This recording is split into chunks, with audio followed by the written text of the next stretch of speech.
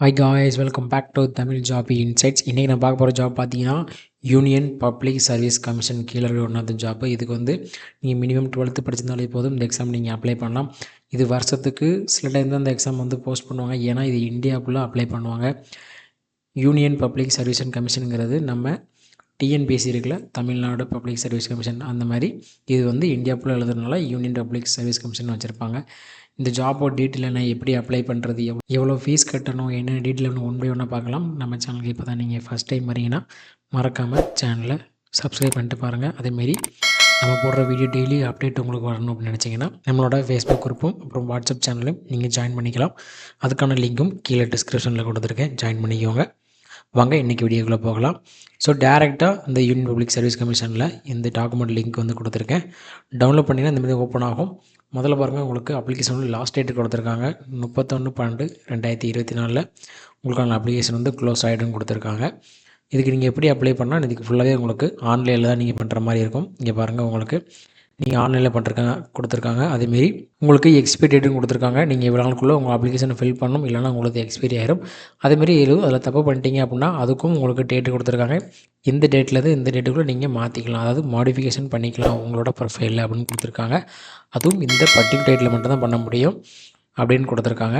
அடுத்து உங்களுக்கு எக்ஸாம் இருக்குது, அந்த எக்ஸாமுக்கு உங்களுக்கு நெகட்டிவ் மார்க் இருக்குது அப்படின்னு கொடுத்துருக்காங்க. இன்கேஸ் அப்ஜெக்டிவ் டைப்பில் வருது அப்படின்னா கொஸ்டின்ஸ் அதுக்கு நெகட்டிவ் மார்க் இருக்குது அப்படின்னு கொடுத்துருக்காங்க. அடுத்து நீங்கள் எப்படி அப்ளிகேஷன் பண்ணணும், என்ன மாதிரி அப்ளிகேஷன் ஓப்பன் பண்ணணும், எப்படி ஃபோட்டோ கொடுக்கணும், அதேமாரி எக்ஸாம் சென்டருக்கு 30 மினிட் முன்னாடி வந்துடணும் அப்படிங்கிற டீட்டெயிலாக கொடுத்துருக்காங்க. ஸோ டீட்டெயிலாக ஃபுல்லாக படித்து பார்த்துட்டு அப்ளை பண்ணுங்கள்.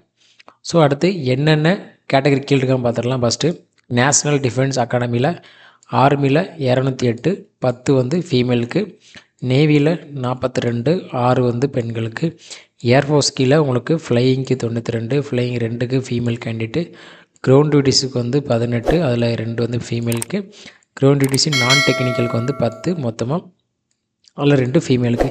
அதேமாரி நேவல் அகாடமியில் உங்களுக்கு 10th +2ல் கேடட் என்ட்ரியில் 36, அதில் 5 ஃபீமேல் கேட்டகரிக்கு, மொத்தமாக உங்களுக்கு 406 வேகன்சி ஹையர் பண்ணுறாங்க. அடுத்து பாருங்கள், உங்களுக்கான சென்டர்ஸ் ஆஃப் எக்ஸாமினேஷன் இருக்குது. நம்ம தமிழ்நாட்டில் சென்னையில், அப்புறம் உங்களுக்கு கோயம்புத்தூரில் எக்ஸாம் சென்டர் கொடுத்துருக்காங்க. அடுத்து உங்களுக்கான எலிஜிபிலிட்டி கொடுத்துருக்காங்க. நீங்கள் 2 ஜூலை 2006க்கு அப்புறம் 1 ஜூலை 2009 அதுக்கு முன்னாடி பிறந்தவங்களாக இருக்கணும் அப்படின்னு கேட்டிருக்காங்க. அது மினிமமாக உங்களுக்கு 18லேருந்து ஒரு 20-22 வயசுக்குள்ளே தான் சொல்லியிருக்காங்க. ஸோ அந்த ஏஜ் இருக்கவங்களுக்கு தான் இதுக்கு எலிஜிபிள். மினிமம் நீங்கள் 12th பாஸ் ஆனாலே போதும் அப்படின்னு கொடுத்துருக்காங்க.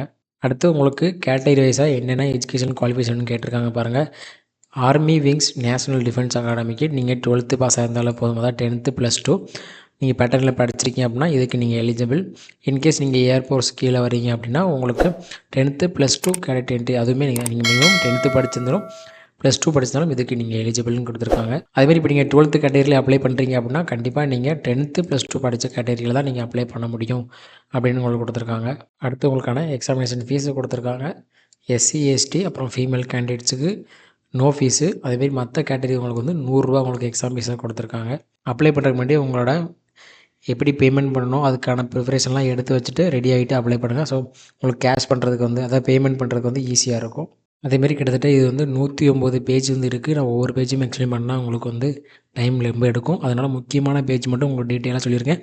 நீங்கள் ஃபுல்லாக எடுத்து எது இம்பார்ட்டனோ அதுவும் படித்து பார்த்துட்டு மீதி இருக்கையும் ஓவராலாக வியூ பண்ணிவிட்டு அப்புறம் அப்ளை பண்ணுங்கள். அடுத்து உங்களுக்கு ஸ்கீம் ஆஃப் எக்ஸாமினேஷன் கொடுத்துருக்காங்க. மேத்தமெட்டிக்ஸில் 1 2.5 மணி நேரம் இருக்கும். உங்களுக்கு டியூரேஷன் ஜென்ரல் டேபிள் டெஸ்ட்டில் கோட் 2 உங்களுக்கு அதுவும் 2.5 மணி நேரம் இருக்கும். உங்களுக்கு 600 மார்க், மொத்தமாக 900 மார்க் நீங்கள் எக்ஸாம் எழுதுவீங்க, உங்களுக்கு டெஸ்ட் இருக்கும் அப்படின்னு கொடுத்துருக்காங்க. இது எல்லாமே உங்களுக்கு அப்ஜெக்டிவ் டைப் கொஸ்டின் தான் இருக்கும், அதாவது சூஸ் த பெஸ்ட் ஆன்சர் அப்படிங்கிற மாதிரி தான் இருக்கும். உங்களுக்கு ஏதாவது 4 ஆன்சர் கொடுத்து நீங்கள் அதில் 1 சூஸ் பண்ணுற மாதிரி இருக்கும். அடுத்து உங்களுக்கு சிலபஸ் என்னெல்லாம் கவர் பண்ணுறோம்னு கொடுத்துருக்காங்க. பேப்பர் 1க்கு மேத்தமெட்டிக்ஸ் அல்ஜிப்ரா அதெல்லாம் கொடுக்கும். இதெல்லாம் நீங்கள் டீட்டெயிலாக படித்து பார்த்துக்கோங்க. ஸோ நீங்கள் எந்த கேட்டகரி கீழே அப்ளை பண்ண போகிறீங்களோ அதுக்கு என்ன சிலபஸ் அதெல்லாம் கவர் பண்ணுறாங்க அப்படின்னு பார்த்துக்கோங்க. அடுத்து உங்களுக்கு பார்ட் 2ல் ஜென்ரல் எபிலிட்டி டெஸ்ட்டில் இங்கிலீஷு, ஜென்ரல் நாலேஜ், ஃபிசிக்ஸு, அப்புறம் கெமிஸ்ட்ரி, அப்புறம் ஜென்ரல் சயின்ஸு அதெல்லாம் கேட்குறாங்க. ஸோ நீங்கள் அதெல்லாம் படித்து பார்த்துட்டு அதில் ப்ரிப்பேராக இருக்கீங்கன்னா நீங்கள் இதுக்கு அப்ளை பண்ணலாம். இங்கே பாருங்கள், நீங்கள் தப்பாக எழுதுகிற ஆன்சருக்கு 1/3 அதாவது 0.3 மார்க் அசைந்த கொஸ்டின், அதாவது நீங்கள் 3 கொஸ்டின் தப்பாலினா 1 மார்க் குறைப்பாங்க, இல்லை பாயிண்ட் 3ல வந்து குறைப்பாங்க அப்படின்னு சொல்லி கொடுத்துருக்காங்க. ஸோ இதுக்கு வந்து நெகட்டிவ் மார்க் இருக்குது காய்ஸ். அதை புரிஞ்சுக்கிட்டு தெரிஞ்ச கொஸ்டின் மட்டும் அட்டன் பண்ணாலே போதும்.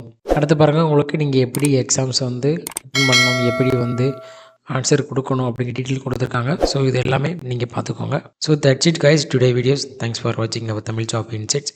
மறக்காமல் வேலை தேடுற ஃப்ரெண்ட்ஸுக்கு இந்த வீடியோ ஷேர் பண்ணிடுங்க. மீண்டும் அடுத்த வீடியோவில் பார்க்கலாம்.